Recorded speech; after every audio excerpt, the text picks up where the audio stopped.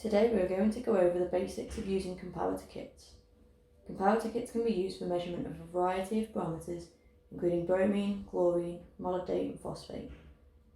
Comparators are visual, colorimetric methods that provide fast results using relatively inexpensive equipment. They offer a basic alternative to photometer testing in situations where a slightly lower level of accuracy is acceptable. Measurements of all parameters follow the same basic method. One of the 10 ml cuvettes is filled with a blank water sample and placed into the left side of the comparator. The blank should be representative of the system you are testing.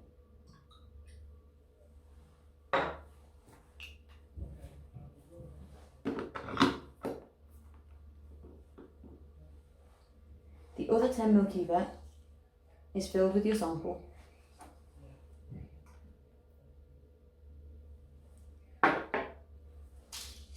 And the reagents provided are added according to the specific test instructions. Reagents vary based on the comparator kit and parameter being tested.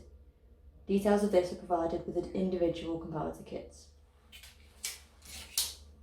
The treated cuvette then goes into the right hand side of the comparator.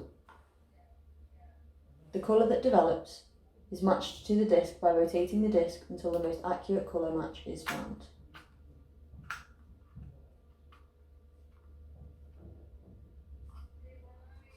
Incandescent or fluorescent lighting can make it very difficult to match colours.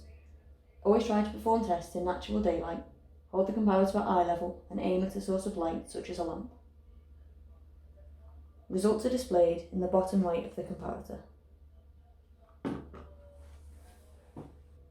With certain tests, the chemistry can be prone to interference.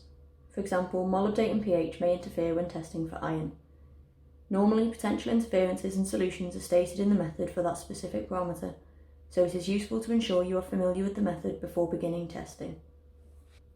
As with all testing, it is important to ensure all reagents and equipment, including comparator discs and cuvettes, are in date and in good condition. Out-of-date reagents and unmaintained equipment could cause inaccurate results.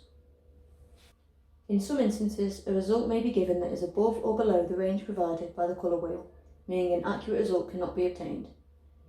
If this occurs, a dilution will need to be done on the sample to try and get results in range. For example, in theory, a 1 in 10 dilution will reduce the result by a factor of 10. The final result then needs to be multiplied by 10 to get an approximate result for the straight sample.